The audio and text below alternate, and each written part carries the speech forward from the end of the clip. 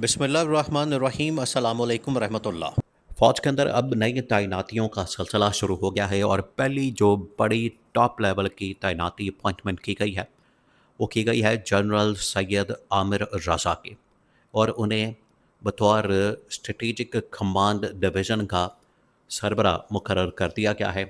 ना सिर्फ उन्हें 4 स्टार जनरल लगा दिया गया है, उनको 4 स्टार जनरल के ओहदे पर तरक्की दे दी गई है, बल्कि साथ ही साथ उन्हें जो अहम तरीन कमांड है, जो अहम तरीन एस्टैब्लिशमेंट की फ़ौज की स्ट्रेटेजिक कमांड डिवीज़न है, उसकी जो सरबराही है, वो अब जनरल सैयद आसिम आमिर रज़ा के हवाले कर दी गई है।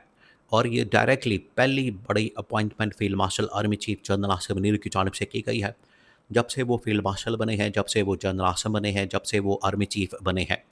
क्योंकि इससे पहले जब वो आर्मी चीफ बनने जा रहे थे तो ठीक उससे चंद माह पहले 1 या 2 महीने पहले जनरल बाजवा ने जिस तरीके से टॉप लेवल के ऊपर बड़ी अपॉइंटमेंट्स कर दी, तकरीबन कोई 10 से 15 ऐसे मेजर जनरल जिनको लेफ्टिनेंट जनरल के ओहदे के ऊपर तैनात कर दिया था, वो बारी थी असल में जनरल आसिम की। और हमेशा ये होता है कि जो जाने वाला आर्मी का सरबरा होता है, वो जाते-जाते सिर्फ़ और सिर्फ़ क्या करता है, चले जाता है और कमांड दूसरी आने वाली लीडरशिप के हवाले करके चले जाता है। लेकिन यहाँ पर जनरल बाजवा ने बिल्कुल ऐन मौके पर, ऐन टाइम पर 12 से 15 जनरलों को, जो कि मेजर जनरल थे, उनको लेफ्टिनेंट जनरल के ओहदे के ऊपर तरक्की दी और इस तरह से जनरल आसिम को अपनी टीम बनाने का मौका नहीं मिला।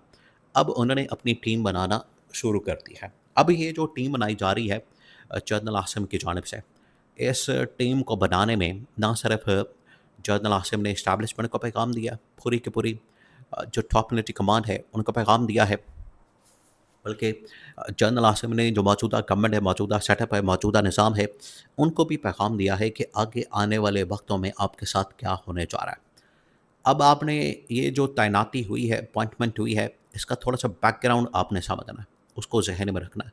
फिर आपको अंदाज़ा होगा, फिर आपको आइडिया होगा कि आने वाले दिनों में नून लीग के साथ और पीपल्स पार्टी के साथ क्या होने जा रहा है। जब 9 मई का वाक़या होता है और उसका सारा इल्ज़ाम आपको पता है कि इमरान खान के ऊपर, पीटीआई के ऊपर डाल दिया जाता है। लाहौर के अंदर जब ये वाक़या होता है, तो लाहौर के कोर कमांडर को फ़ौरी बरतरफ कर दिया जाता है, फ़ारिग कर दिया जाता है। उसकी जगह जो कोर कमांडर तैनात किया जाता है, वो यही जनरल सैयद आमिर रज़ा, जिनको अभी 4 स्टार जनरल बना के उनको स्ट्रेटेजिक प्लानिंग डिवीज़न का सरबरा लगा दिया गया है। यही जो वहाँ पर लेफ्टिनेंट जनरल को हटाया गया, उनकी जगह पर रिप्लेसमेंट के तौर पर सैयद आमिर रज़ा को बतौर कोर कमांडर लाहौर लाया जाता है।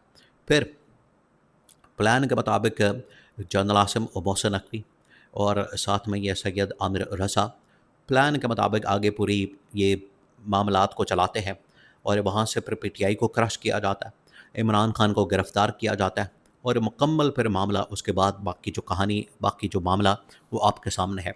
वहाँ से फिर आमिर रज़ा को तरक्की दी जाती है और उन्हें सीजीएस यानी कि chief of general staff GHQ के अंदर लगा दिया जाता है।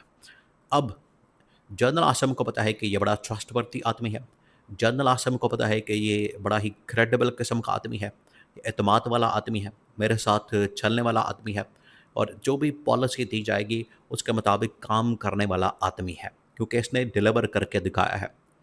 अब पीटीआई को जो पाकिस्तान से जिस तरीके से माइनस किया गया, इमरान खान को जिस तरीके से माइनस किया गया, अब यही plan field marshal army chief general Asim Munir का नून लीग और पीपल्स पार्टी के मुतालिक है।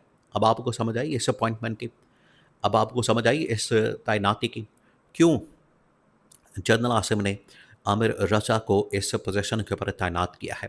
क्योंकि आगे जो प्लान मौजूद है, आगे जो मंसूबा मौजूद है, उसमें नून लीग और पीपल्स पार्टी दोनों को क्रश करने का मंसूबा है।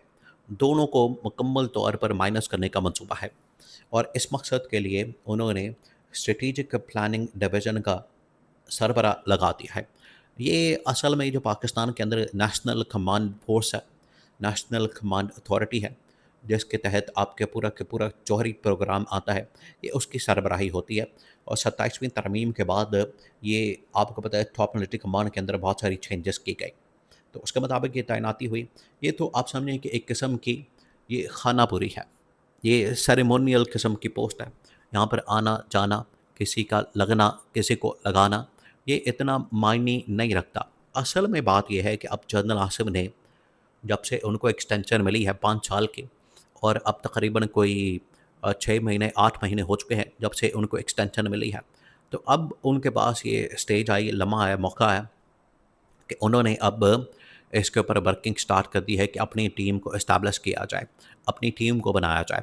क्योंकि अपनी टीम बनाने के बाद वो बड़ी आसानी के साथ पूरे सिस्टम के अंदर ऑपरेट कर सकते हैं। ना सिर्फ जो मिलिट्री इस्टेब्लिशमेंट है, वहाँ पर बड़ी आसानी के साथ ऑपरेट कर सकते हैं, बल्कि ये जो सिविल साइड है, जहाँ पर नून लीग और पीपल्स पार्टी है, इनको हैंडल करना, मैनेज करना और क्रश करने में आसानी होगी। अब क्रश करने का मंसूबा क्या, प्लान क्या? वही पैटर्न, वही तरीका, वही आखिरकार तर्स अमल इख्तियार किया जाएगा, जो कि इख्तियार किया गया पीटीआई के ख़िलाफ़। अब नून लीग और पीपल्स पार्टी को क्रश करने के लिए दोनों जगहों से, सिंध से और पंजाब से, वफाक से तो आने वाले दिनों में किसी वक्त भी इन दोनों की इत्तेहादी गवर्नमेंट को निकाला जा सकता है। बाकी ये जो पंजाब के अंदर बैठे हैं, सिंध के अंदर बैठे हैं, इनको निकालने का प्लान पूरा का पूरा बना लिया गया। और इसमें आपको पता है बल्दियाती इंतखाबात है, 28वीं तरमीम है। इसके अलावा और पूरा एक मंसूबा तैयार किया गया है जिसमें इनकी जो टॉप लीडरशिप है वो सारी की सारी ऊपर से उड़ा दी जाए। अभी देखें 90% तो काम हो चुका है। ना नून लीग की इस वक्त पॉपुलैरिटी मौजूद है। आप सिर्फ एक इसका फैक्टर देख लें, ना नून लीग की पॉपुलैरिटी है, ना पीपल्स पार्टी की पॉपुलैरिटी है। महंगाई आसमानों पर है, बेरोज़गारी आसमानों पर है, मसाइल आसमानों पर हैं। इकोनॉमिक बिल्कुल ब्रेकडाउन हो चुका है, मुल्क डिफ़ॉल्ट के ऊपर पहुंच चुका है।